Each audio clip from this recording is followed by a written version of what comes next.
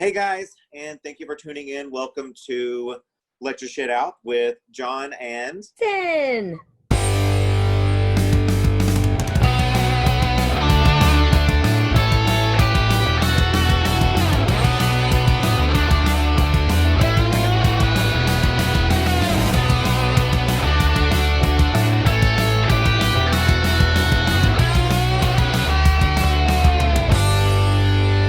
It's hot as shit. Hey guys, welcome back to Let Your Shit Out. Today we have transformation coach and author Sam Led. Hey Sam. Hey John. And we have the wonderful Lil Barcaski on our co-host. Yeah. All right, so we run the show like this. We like to get started with a little bit of kooky news that I drum up, and then we'll move on to talk to you about the things that you like and the things that you were doing.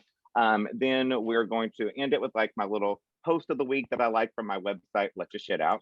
And that's it. All right, you ready to get started? Yep. All right, I love that enthusiasm, Sam. That was great. Yeah. All right, so first we had a teenage girl. She's 19, and she accidentally moved herself into a senior living complex. Yes. So there's like 10 units. and so how this happened was she was trying to, where everything with the pandemic going on, she's been doing everything, all the research online, and she finally found somewhere that fit in her price range. And then when she gets there, she's like, the person gives her the keys and says, oh, you can start moving in at night, it's fine, they're not going to hear you anyway. And so she found that kind of odd, but just kept moving on, you know. And then she's like, a week later, she comes over and there's a big sign right in front of it that says senior living. And she took a picture of it and it went viral on TikTok. So what would you do? What would Sam do if he was 19 and moved himself into a senior living facility? Would you stay there? Well, I grew up in Boca Raton, Florida, so it's kind of like, I mean, it's funny. I remember, going to Houston's restaurant once, and I was sitting at a table, and this elderly couple, God bless their soul, as y'all say in the South, there was like silverware on the table. And this is a terrible, terrible stereotype.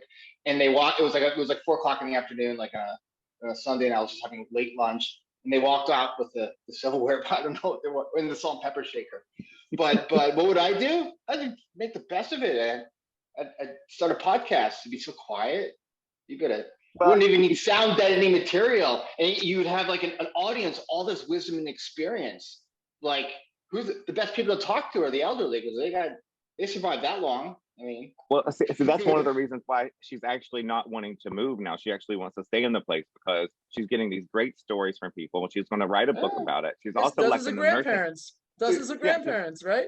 So my grandmother would go to the casinos on the buses that would take you to the casino, and you get like along with it, you got a free thing for the buffet to have lunch.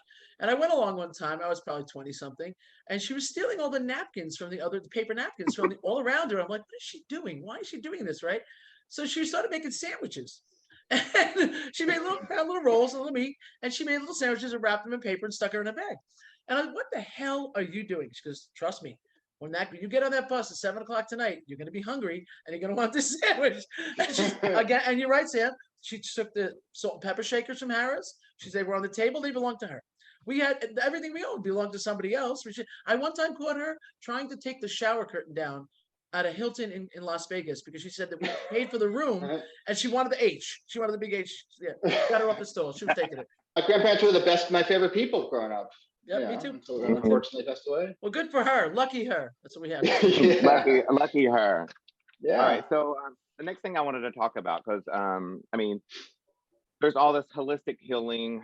There's therapies of that go against, or not against, but that are just different from our Western norms now. But apparently, like even 5,000 years ago, people were using bee stings, like using bees and stinging themselves for remedies like headaches, joint pain, now Lyme disease.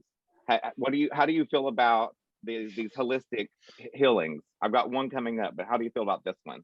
I actually saw a lot of studies online about bee stings. It's because it stimulates the immune system. So there's an autoimmune function. The degree to which we can use as less invasive a therapy to treat some pretty nasty autoimmune disorders, the better. Yeah. Okay. So this one girl, she's got a website up. It's just like Bee Therapy. If you look it up, she Yeah. literally carries around a little cone like this on the airport and everywhere. Like she Really? travels in case she needs her bee sting shot. You know, like so she just carries it with her where she travels and gives herself her little bee sting on the way. You must get a lot of dates. Is this Yeah, like right. Did this she is put it nuts. on her Tinder profile? You know, it's a big beehive. Yeah. Wait. Must love bees.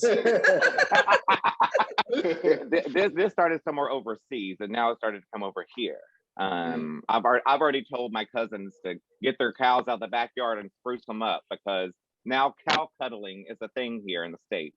I saw And the you can picture. charge- I saw it. Yeah. The girl holding the Mhm. cow was out of control. Yeah. Oh my God. So like they're charging like $75 per couple for like an hour to do this. I'm in the wrong business. Yeah. Well, I tried to look it up and I told my family about it in Kentucky and I was like, get those cows ready. But apparently these have to be like specialized cows, like they have to be licensed. So I said, there's one thing they got going. Cuddle Cows? We could write a course for the cows and make money doing that. Oh my God. There They you have go. to Webinar. take the Cow cows have to go webinar. through the cuddling course before they can be registered and certified as cows. Yeah. Cuddle cows. Yeah, but well, at least they do have two things for them going for them. Number one, they're a little slightly educated more than me, and they definitely make more money. So I wonder, like, you know, like when there's like the technical support training and all that stuff. So what do? You walk into a room and there's like a cow on a leash, and they're like, "Here's your cow. This is your training cow." There are many like them, but this one is yours. Let me guess. It starts in Portland. And it's a gorgeous town. I mean, it's a gorgeous area. Yeah. There's I like to donut see it. shops, Yeah. strip clubs. Many. They have more Well, strip clubs in most. Tampa. They have more Tampa, yeah. strip in Tampa. Yeah. Tampa held the Yeah. record for a while. Dale Mabry. And then Valdosta, Georgia, and then now. That's it. So but Portland wins. That just blew my Blows mind. your mind, right? I didn't think anybody had more strip clubs in Tampa. Like, Valdosta, Georgia's pretty up there too. They're pretty Okay. close on the radar on that one. I know this, I don't know. I've been to a strip club twice in my life and I hate them, but I only went once because a girlfriend of mine's brother ran a strip club in Seminole, Florida, and they did naked Shakespeare because they weren't allowed to be naked without acting. You were allowed to act like with the naked guy and Fringe Festival and all that. Okay, so that you could be naked, all fully naked, if you're acting. You just can't stop. So they got the girls. I swear to God, as God is my witness. And I went because you had to see this. 3 of the dumbest broads you've ever seen in your life wearing the doing hat, Shakespeare. right? They had a cauldron in the middle and high heels, very high heel stilettos, nothing else. They memorized the witch's thing and they Do like a double, and they danced around double? it and they did the whole thing naked and it was fantastic. It was If they put it on the best thing I've ever YouTube, seen. yes. Now, Sam, I did have a question. There was, you do intuitive mindset coaching. Can you explain that a little to me and our viewers? No. Well, so my background and I have my graduate studies were in conflict resolution, peace studies, but I've always, for better or for worse. Can you say that again one more time? Sorry, it kind of broke up. Yes. Say it now. Then I want you to say it 5 times fast because I still don't know what the hell I studied. I have a master's degree in conflict studies, conflict resolution, and public policy, international peace studies. You know, and it was great because it got me some really interesting jobs in DC, but it paid nothing. And I was working 80 hours a week, but traveling all over the place, working with stakeholders, doing environmental mediation work. But there was a dead end to that because I was making no money, living in one of the most expensive towns in the country, DC. And so since I was a little kid, I just knew stuff and it was annoying. And maybe it was a little bit because there was a lot of bleed through from the woo-woo world, I call it, right? You know, when we get really cool and I get really quiet, sometimes I can really kind of hear things, not in like delusional, but more like intuitively. More intuitively, I can tap into that. And it was, I didn't know what it was going on. It was actually pretty frightening sometimes as a little kid. And maybe because, you know, a lot of folks with ADHD, like I have that kind of also, that intuitive ability. So my work doesn't follow any kind of sort of protocol. There's no techniques, there's no strategies. We just have to sit down and have a very ordinary conversation. Because what I make my clients see, and when they finally see that what they're struggling with is not what's going on outside of them, not their outside circumstances, not how poor they are or how much in debt they are or how sick they are. But there's this movie running inside that we are projecting onto a canvas, which is our outside world.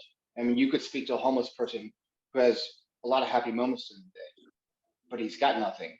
And you can speak to a rich person in Beverly Hills and he's fucking miserable. So how do you explain that? So when I point my clients back into that space of quiet, they begin to see that it's thought. That, you know, I would sit with my client, like if you were my client, they would tell me how terrible their life was and go into all kinds of fucking story, all kinds of, my people call mishigas, all kinds of drama on top of the drama.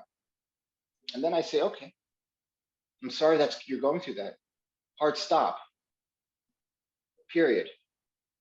Now tell me when you're quiet. Tell me when you're just feeling okay. You're feeling great for no reason. Even when those things are going on in your life. Because we all have instances of that when we drop into the fearless now, into the moment. Like I am here with you, connecting with you in this moment. And then I point to the fact that we all have mental health within us. We're just one thought away. That thought is a gift, but thought also could be our worst enemy, right? And our brain that loves us thinks that it's going to keep us safe with scaring us to death. We don't have control over our thinking. When we try to control our thinking, it gets louder. No techniques, hear me out. I'm not talking about meditation, because we all get into a meditative state every day if we want to, without doing much, just getting quiet, sitting in a quiet room. No techniques, no strategies, nothing stop you from thinking. None of them. They don't work. I don't care. Dialectical behavior therapy, CBT, none of it works. And anyone that tells you that it works is lying to you. 100%. So what's the answer? The answer is seeing how mind works, seeing how thought works, seeing that we have this default state within us. We all are gifted with, which is called presence. All of us. Now, our noisy minds are our noisy minds, and a lot of us have noisy minds, including myself. Sometimes we need training wheels. Sometimes medication is great because it calms the noise down. And then we can see beyond the foggy cognitive windshield of our polluted thinking and able to see the present moment more. So my clients that, you know, that are really suffering in their thinking, sometimes they are on medication. That's the wrong medication. But once they see that they don't need to fix anything in themselves because they're not broken, when we are caught up in our thinking, all it is that check engine light going on in our brain saying, your brain's going a little sideways in its thinking. It's the operating system needs a reset. And from what you're saying, you said realizing there is nothing to heal, nothing to fix. You say that. Nothing. Everybody. Yeah, in your book. And in your book is called Fearless. And we have Lil Barcaski, which was one of our coaches. So Lil, how was the coaching process? How was the coaching process with you and Sam? Sam and I are having so much fun. Yes. We started out with working with the book. Obviously, his book was worked on by another gentleman with him, helped him, and I think we took out some of the direction that was going in because we were, I think, getting down to more of the. I'm a very tactical, straight ahead. This is, I think that you need to speak clearly to people. Speaking in people want to hear an answer. Here's the thing. People care about themselves. They just really do. They don't care about others as much as you'd love them to. They care about their children next. They mostly care about themselves. Everyone's in pain of some sort or another. And what they're looking for is, how do I fix the pain? Who's coming to fix it? And they don't care really that much about how, even so much is they just, please do it. Fix the pain. So we try to hone Sam's book down to explaining the things he went through, pains he went through, and how he helped himself, because that's going to help other people figure out for themselves, okay, Sam got through some really tough times. He did something he'll explain later that put him, your life is going along, and this is your life, right? And all of a sudden, you hit a rock, you hit a cup, and your life goes out, right? You hit the remote, whatever. You bang against the wall, you hit a rock, and your life takes a turn. We all think when we're kids, we're going to do this thing, we're going to do that thing. Something is always something. that makes your life spin off in different directions. Then you spin back, you spin around. You don't hit the baseball, and you don't become the hero. You do hit the baseball, you get the girl, you get it all. So in Sam's case, he hit a rock. So, and that rock spun him off. And so I think what we did first was work on the book, and now I've got our editors that are helping him, finish that. And now we talk about his speaking career and what he wants to do. And I'm coaching him mostly on his own mindset and how he wants to present himself, what he wants to do for the world, because people want to be helped and they want to have concrete answers. If they want to be able to put the problem on a table and say, here's a problem, right? So, for example, I said to Sam the other day, I have a fear of sharks, and I'm always swimming, I'm always surfing, I'm always out boogie boarding out, hanging out in the water. You know that, John, you know me well. And I love it so much that I'll go out in the waves, and tough as it is, or whatever, as bad as my knees are. But the thing that bothers me most is the sharks. I think probably from Jaws years ago or something, I don't know. So I had my example to Sam was say things to people they understand. Like, I'm walking along the beach, and I look out, and I see a fin, and the fin is, it's not a dolphin. Okay, that's a shark. And I panic. I'm like, oh my God, there's a shark in the water. I'm going to die. But I'm not in the water. The shark's in the water. I don't have to go in the water if I don't want. And even if I am in the water and I see a fin, if I stand still, the shark will go away. If I don't panic, the shark doesn't want to eat me. He's like, ugh, that's disgusting. Right? So that's not how they look at me, looking for fish. It's the stuff that we panic about, that we put ourselves in a state of panic. So things that aren't going to happen, that probably will never happen, that we just put. And this is the kind of thing Sam is working on, to be able to talk to people in very concrete ways. You don't need to live the way you're living necessarily, and make yourself. You don't need to be broke if you don't want to be broke. You don't need to be unhappy if you don't want to be unhappy. These are things that are happening in your head that you're making yourself and keeping yourself in these positions of pain. And we're working on just regular stuff like that. And we talk a lot about what he wants to do and who he wants to be when he grows up. But we're hoping he gets a really good speaking career going, because he deserves it. He should be out speaking and selling his book and signing his book for wonderful people who want to hear him speak and buy his book. That's what we do. I love it. Getting into talking about the story of your book, you had said, my story is raw and messy. It's ugly and unflinching, but it's real. Could you talk to us a little bit about your story? Yeah, and it's one of the reasons why I'm sharing the story as a backstory is that every parent's young adult son are vulnerable to this in this day and age of social media. So about almost 17 years ago, I had a conversation with a young woman who I thought was of age, was 18 or over, who lied about her age. And it was just a conversation, online conversation of sexual nature, and I got in trouble. I was basically arrested. I was put on probation for 10 years. I had to register with the sex offender registry, and even when even in the court testimony, on court record, the young lady admitted on court record that she deliberately lied about her age to get on. And back then in 2005 on MySpace, you had to be 18 to get on. Now, of course, they weren't checking people's licenses, but you had to be 18. And I didn't, hindsight's 2020. I mean, I could have, probably legal wise sued MySpace. I don't think MySpace is around anymore. If it is, the policy probably has changed. Anyways, so long story short, it destroyed my life. It was the landmine that blew up the house that I was living in, the metaphorical house that I was living in. And since then, I've had to create my own swimming lane, my own paddle and my own ocean of waves, to really survive in this world because of this. I fucked up. I made a mistake. I did something stupid. But this was back in the old days of, the early days of the internet, of social media, where we didn't really know how daunting, it was, and how, you make one false move and you ruin your life. I thought my life was ruined. I thought it was the end of me. I thought it was going to be slow motion suicide from then on. And then I saw how made up that story was about how ruined my life was. I saw how miserable that made me feel, despite my circumstances and despite what I had to overcome in the outside world just to make it and survive. And that's what led me to the three principles, and that's what led me to the understanding and teaching of science of mind, and that it's all just thought and thinking that gets us in trouble, that we do have free will, that when we see thought as thought, despite how uncomfortable thought can be sometimes, and our habitual thoughts and our conditioning, and when we see there's something beyond that, that there's a world of form, there's a world of formless, which means that when we see that we have this divine wisdom within us that's guiding along this river of life, we don't have to act in our thinking. We don't have to act in every single thought we have, good, bad, and indifferent.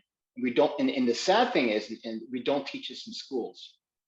We don't teach us in schools to our kids that thought and thinking isn't real. It's made up, an illusory in the moment, and we're creating the movie in our minds. Sam, I think schools want you to be in kind of your thinking, because that keeps you in control. I have a question, actually, and maybe Jonathan will let me ask one. And just for the record, so people understand, because Sam hasn't made this clear, he never met the young lady. He never so much as got in person, never saw her, nothing happened. It was all talking on the internet and silliness and stuff like that. And we've put a lot of young men in positions of danger. I've written books about other guys who've been in some kinds of things like this, where and to be on a registry like that for life is very unfair. There's a lot of organizations that are fighting these sorts of things. We know a young man who changed his clothes from one job to another, and a young lady saw his butt when he was standing by his car, and he had to go from one job to the other, rushed, took off his overalls, put on a pair of jeans, go to work, and then he's on for life also. These are ridiculous things. But do you think that had you not been so in your head about what had happened, the mistake you made, and had gone on everywhere you possibly could and told the exact story to everyone you could tell it to as you went along, that if you just said, listen, this crazy ass thing happened to me, do you think that if you had been more open about it and not so in your head and so in fear? Because I remember the story of you driving around the highway, and there's a policeman behind you, and you panicked that he was coming after you. For no reason whatsoever. It was just a cop car behind it. We all do that. We think, oh God, he's coming after me. It's going to be a ticket. In your case, you're going to jail. Like, do you think if you had just been more open about it with everyone you met immediately, that maybe letting that go would have made life a little easier and gotten you out of that bad mind spin that you were in? 100%. 100%. Thought and thinking is a daunting thing because we think it's real. It feels so real, especially when there's a physiological experience that's attached to our thinking. Right. Everyone's looking down on me. Everyone knows that what I've this bad thing. There's not a woman I've talked to, told the story to about you, not from young to old, from 18 to 60, who don't think you got a raw deal. And women, not men, who would say, that's ridiculous. He didn't, come on, it's the internet, 2005, he did something stupid. They're mad at the girl, and more so they're her parents. Like, where were her parents that they were allowing her? Oh, that was the thing too.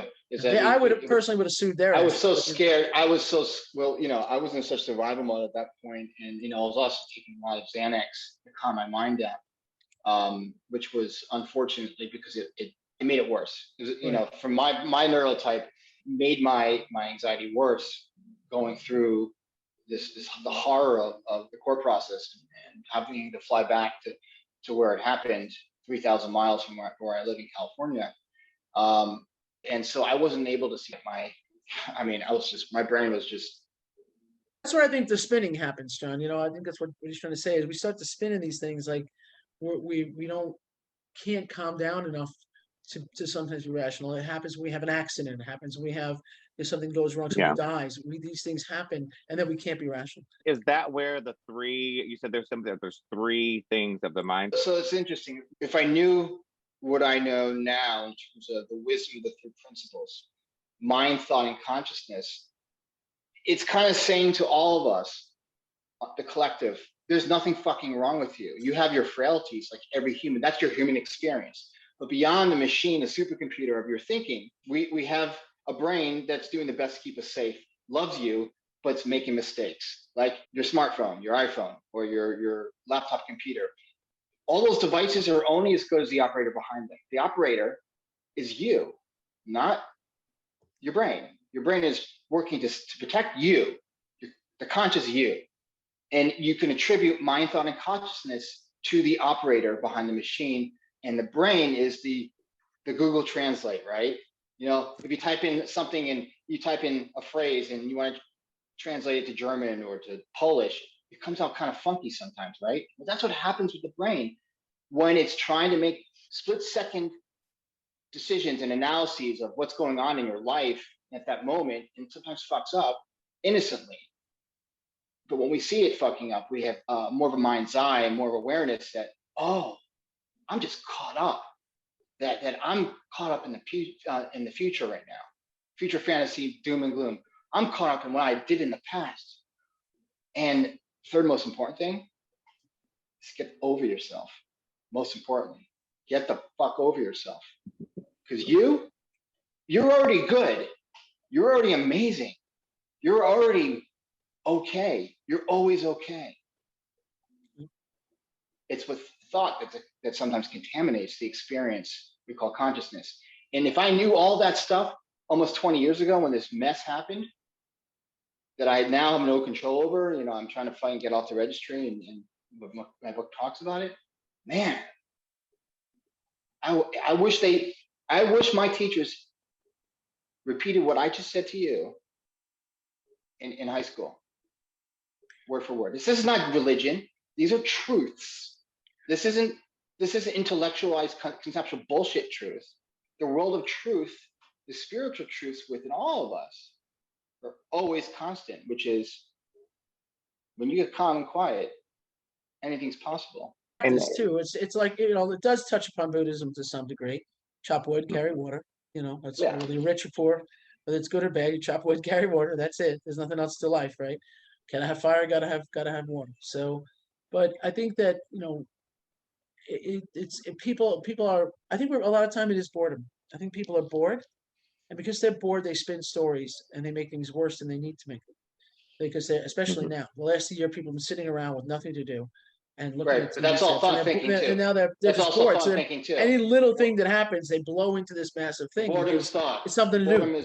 It's all made up though. When you see that boredom's made up, fear is made up.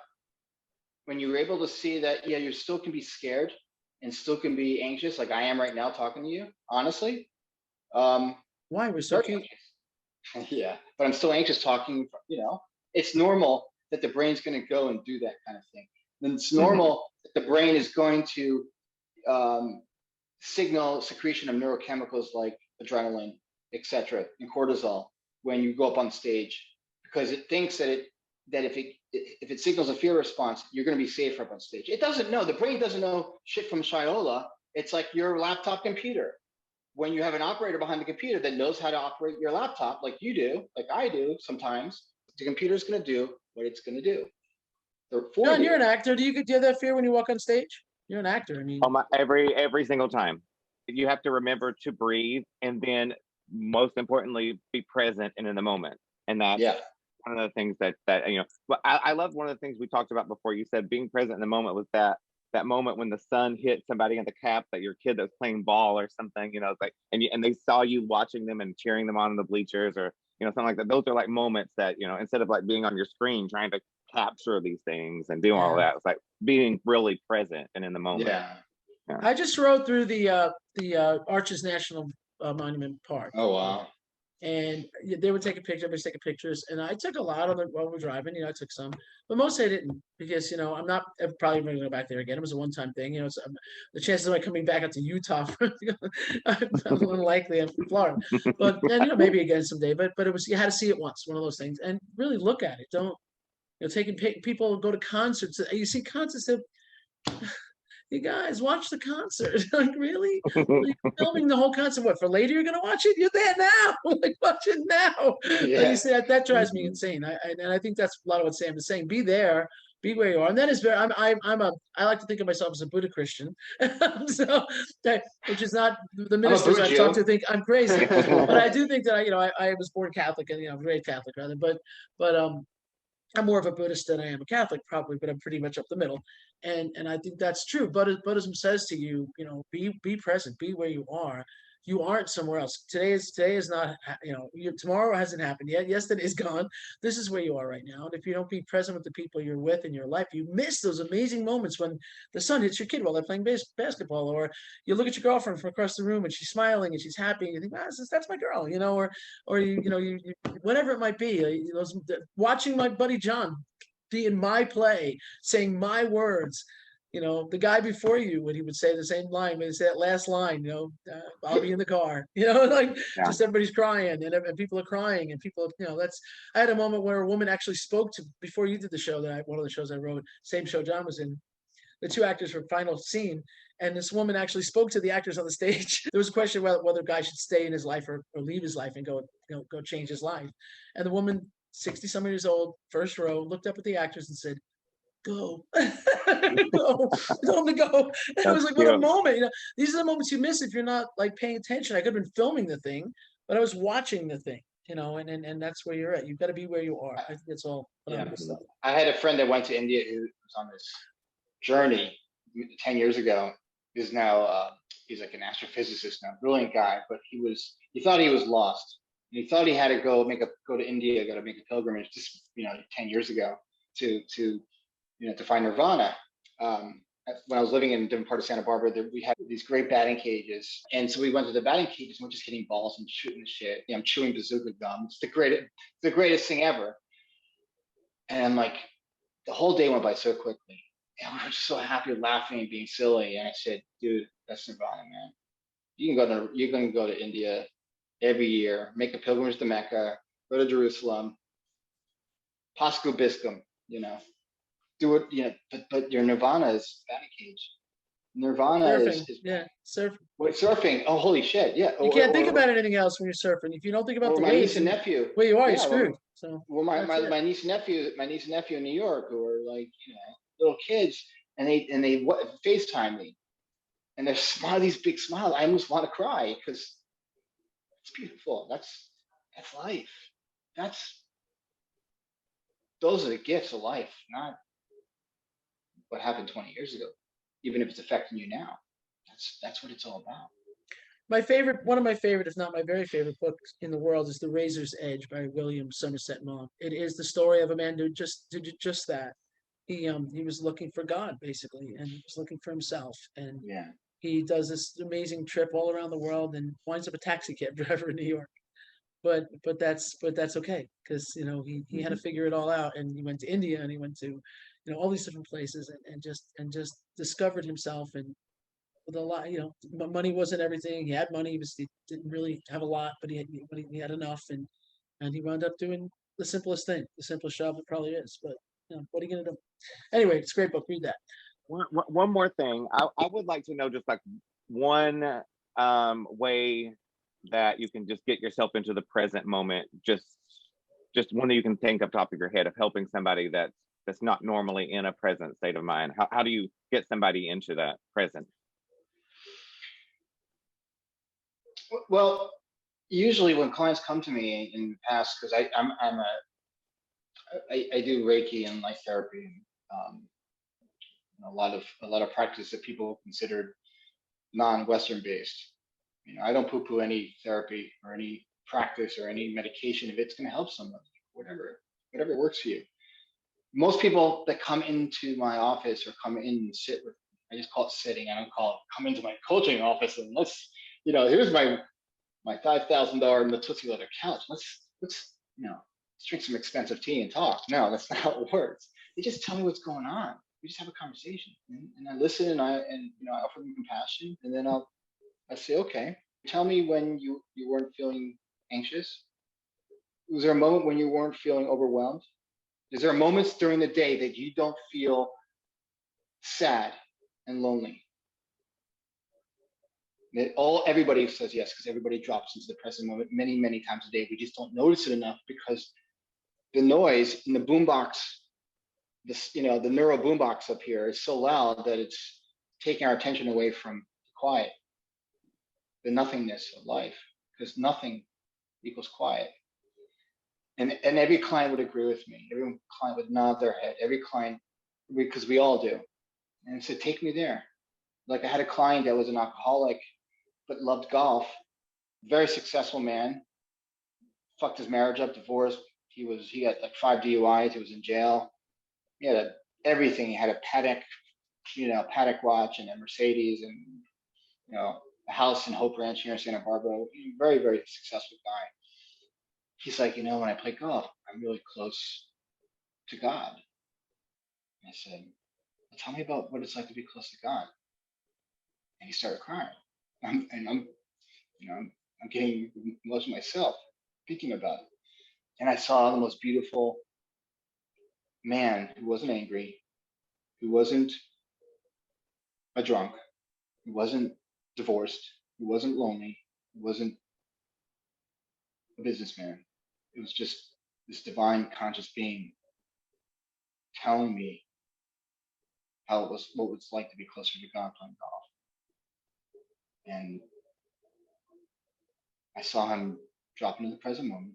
He wasn't complaining about his ex-wife suing for half his fortune, or his kids that are paying the ass, or how he was so drunk one night he slipped, wasn't looking, and he fell through a glass table.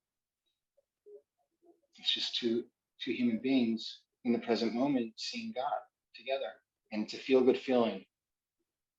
Look for a feel-good feeling. If you're feeling anxious and overwhelmed, like we all do, even if you think that your bills, your taxes, your chronic fatigue syndrome, and your pending divorce is the reason why you feel this way, you're looking in the wrong direction. And anxiety and fear and depression, despite how horrible it feels, and I hate it too, like everybody else, is the ultimate neural check engine light telling you that you're looking in the wrong direction. And it's supposed to be there because it's just showing you how human you are, how imperfect your brain is. Our brain has its built-in self-correction system that always levels out, always corrects itself if we allow it to, without having to do techniques or affirmations or thought-stopping techniques or getting hypnotized. If you sit with it, and I guarantee you, when you sit with it, that still power, that's the tincture. That's the ultimate self-soothing, ultimate therapy for yourself. So can you tell people how they can get their 20-minute discovery call with you and how to reach you? Sure. You go to my website, samledconsulting.com, and there's a contact button. You can just click on the homepage, or you can go to my Instagram, which is samled consulting. My Facebook page, my Facebook coaching page is samled consulting. It's all samled consulting. I'll say samled consulting. I do like to close out with a little shit post of the day from my Facebook group page, Let Your Shit Out. And this week's was Clarence Perry. And he said, "The wife just called me a sex machine. Her actual words were, 'You're a fucking tool,' but I know what she meant." Sam's book will be out soon. We're working on getting the publishing together for him, and his book will be out this summer. So it'll be on his website and all that. Cool? Yeah. Fearless. Thank you guys. Everybody. Sam, thank you so much for coming. You're all fearless, everybody. Thank you. Yes.